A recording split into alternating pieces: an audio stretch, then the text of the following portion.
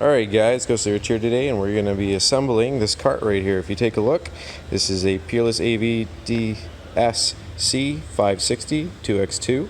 What we're going to do is get everything kind of laid out on the floor out of this box, and then we will start the assembly instructions, and I can explain things if you don't understand them.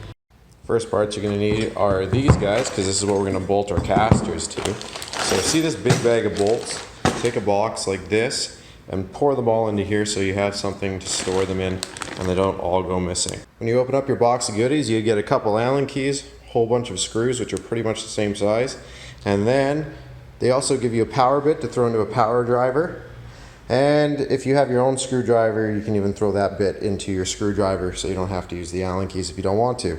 So you need this, you need a caster. If you take a look here, then you need the bolts. Grab the 4 screws here, grab your caster, tighten these 4 screws through the caster into here. What I will tell you to do is hand tighten everything first. Do not just go power driving all these in because you'll strip them, and then if you strip them, then you get to send it back.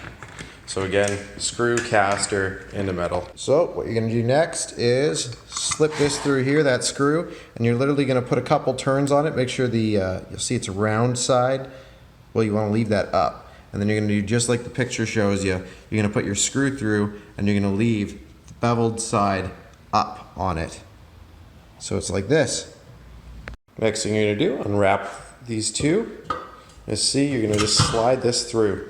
Now look, you're gonna have mounting holes, but we need to have mounting screws. So you're gonna take these D-rings, you're gonna slide them in, or well, not D-rings, but screw. Then you'll take a screwdriver, like so, slide it so it lines up with your screws, like this. Do the same for the other side, so you have 2 lined up. Next thing we'll do is we'll lift this. After we lift it, we'll put some more of these screws in, and we'll just hand tighten them into all 4 that we put in. Remember these 2 rings, just like you did with the other ones, you're gonna line these up and slide them in like so. And then after you get the rings in, or work those in, they slide in, and then we can just lightly tighten them right here. Put one on this side, put one on this side. Make sure your pole is sticking up. Once you get these lightly in here, line them up so they're flush on each side. Once they're lied down flush, next thing we're gonna need is we're gonna need these corner pieces. So open this up and let's throw some more screws in this. Gonna need one of these, or well, 2 of them per. As you can see, this is what it looks like when it's done. You're gonna put 2 screws through. So line this up like this, take this, put it on here, watch this. So this, put screws like this, or line this up. Once it's on there, grab 2 screws with the holes provided, screw these into that metal plate, leave it loose like this because we're gonna have to slide it in. And do that with all of these actually, just preload every single one of them. Take this right here, slide, leave this one there, do the same on the other side, slide, leave it like this. Now you can put this one off to the side because the next part is when we're going to start adding cross members and everything else in. So if you take a look, you got one that's not as long as the other 2. So the 2 longer ones are going to slide into the top, and those are the ones you might want to do first, or you can do the center cross member and slide them in on top. I'll leave it up to you. I'm probably going to do the center cross member first because then it'll hold all 4 together, and then you can go in from the top with those ones. All you're going to do is literally lift this up, and just like you did with this one, you're going to slide it in here, and we're going to have it right off pretty close to the center right here. So it lines up right there. Slide it on, tighten this all up. Do it the same with the other side, slide it in, tighten it all up. So that way you have 4 wheels on the ground, and then we can do the top holes. So these are your wheels. This is the center cross member. If you want, tighten first against the center cross member once it's super close to right here, so that way it's tight to the corner.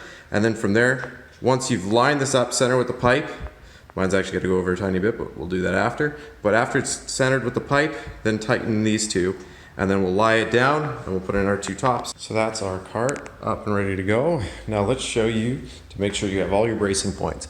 You have a tree going on here and this one right here. So there should be 3 on top and 1 on the corner. pretty easy. Now let's start doing the top. Next thing, unwrap these 4 right here. Grab all your little squares that are left.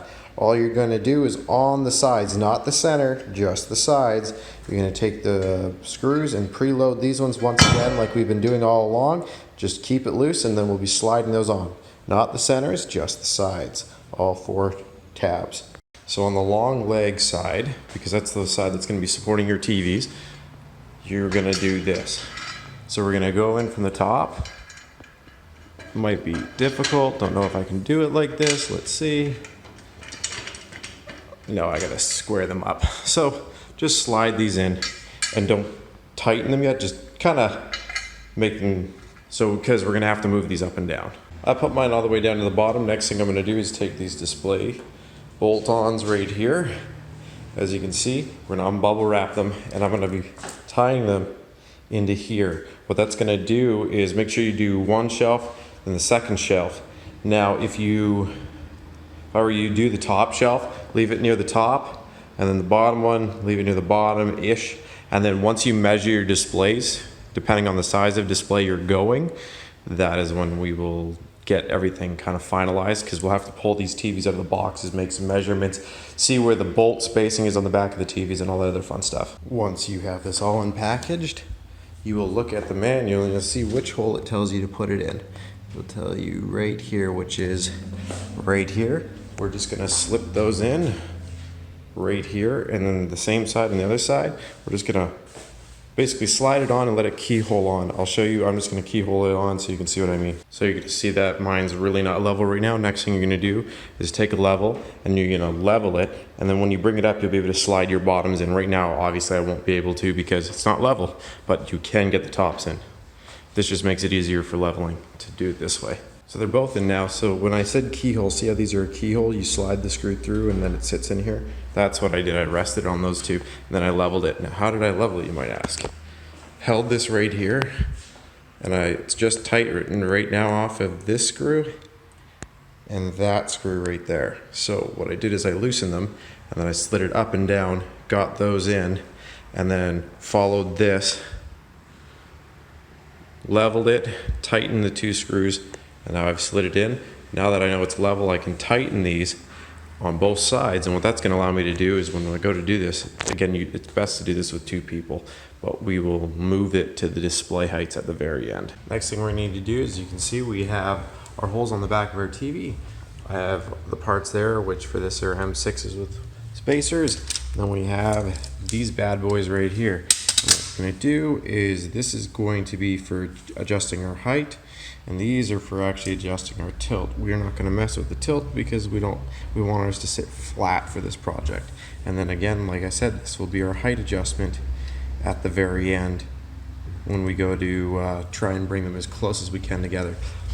These right here are just Panasonic panels, regular old TVs. If you're using a video wall display TV, they usually have borderless, meaning they don't have any border. These are pretty close. They're just a little bit different than your video wall TV.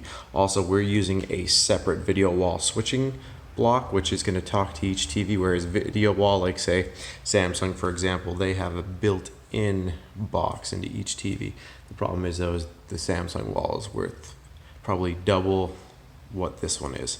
It's very expensive for those video wall TVs. So let's show you how to do it with these. Whether you're doing it with Samsung TVs or these, you just need to make sure that you mount these properly. Again, string goes to the bottom, hook goes to the top. To explain a couple screws, this one I've tied in. This is to make sure your TV does not tilt. Before you tighten the screw, and make sure you tighten this one all the way up and this one all the way up so it's flush. You'll see if it's sticking out from it. So you tie that in, now your TV is not going to tilt. And then on the bottom here, this last screw, this is actually so after you've hooked in your video wall, if you want to make sure nobody can steal your TVs, you would tighten this in right here and it won't allow it to go. And it's not just a Phillips head. This one right here is actually a, just like this, a security Allen key. First TV's on, we've got our height set.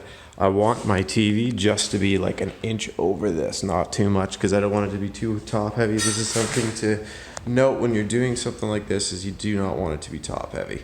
So what I've done is I first measured it out, found out where I want my bottom to be, where I want my top to be, left a 1/2 inch in the center so that way I can move one up or bring one down, which you can do with these adjusters on the back. And then what we're gonna do here, now that we have our settings, is I left a whole TV's length so that way we can get, like I said, everything into here. I'm gonna get the first two up here. I'll show you what I've done. It's halfway done. So as you can see, it's all measured out now, like I said. So how did I find out the measurement from here to here? And that's easy. One full TV, so this TV is 28 inches. So this is 28.5, and the reason why is I can make up that 1/4 inch with these. So as you can see, we have these level adjusters now. Watch this gap right here. Now I have 2 clear bezels, so that is gonna be it's gonna be hard for me to show you, but basically by tightening or loosening this, it's going to bring that up and down. And then you would do the same on both sides. This is also how you would level your TVs. Now the other thing that there is take a look here. See how they aren't completely flush and in line with each other. If that's not what you want, right here, these little side screws, you will just do this and watch this. If you look, as I do this, it's bringing it level, and that is what you're gonna do. Do that on both sides. Do it equal amount, like go over to this side, do it too. You don't wanna cause too much pressure on it. And then by doing that, let's take a look. And we're getting there already. And then, if it's still too much, you would come here and you can just loosen this one up, and then when you loosen these, you can do that. Again, if you have some major, like let's say one's like this, one's like that, you might need to go into your tilting settings and actually pull out that screw that I tightened, and then you can unlock your tilt, and then you can make the tilts match each other. Make sure that you have the same person mounting your TVs though.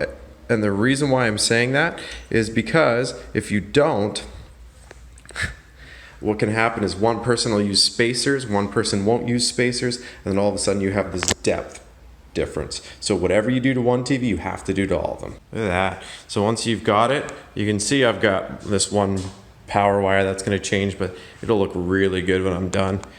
So once you have this, and see how they're more flush now, all the way down, you have nothing protruding, everything's sticking out right where it should. I just took the straps and I hung them like this. Again, as a security measure, if you're at a trade show or something, you can always tighten this screw right here, and then you can't pull on these strings to take it off, like they'll lock it in. Lose that Allen key though and you're screwed. So once you get that all done, if you have video wall panels, what you will do is you'll see an in and an out for daisy chaining. You'll literally daisy chain them, and then you'll do all your settings. You'll have to follow depending on the manufacturer of your video wall. For this, we're going to be using one where a module is going to do it all. So it's going to tell us which TV to plug into which part of the module, and then I will show you that, and then we'll clean up all the wiring and we'll be good to go. Once you turn the TVs on, go through all the setup, you can choose if you want to put them on the internet. I didn't. And then after we get all that going, next you're going to want to grab your shelf. We're just going to hook our shelf on the back here so that way we can put our switcher on here. And then after we do that, that way you can also have a place to put your Blu-rays. You can see I've already started zap strapping my cables. Make sure you stay in touch which one goes where. As you can see, this one right here is going to be my first TV, because how I like to do is first TV, second TV, third TV, fourth TV. And then we will go through depending on the switcher you use, and we will have to label each TV. Well, there you go. We'll take a walk to the back and show you the piece, but it's working great. So if we go to the back, see our powers, our HDMIs, this is how you program it. Again, every one of them is different, so you'll have to check. All I ended up doing, and this is the cheater way of doing it, is after you plug it in, just see which TV goes to, or you'll be able to see where it should be. The puzzle pieces won't look this right, so you'll just move these HDMIs to the corresponding where it already is on its box. Label these for each of the TVs so that way you know which one went where. But other than that, HDMI is in here. You could also do RGB, component, and everything else. But everything's good here. There's power. So this just latches on. I've already labeled all these, so when they take it apart, it'll be ready to go. The only thing left is to put the end caps on, and that's easy.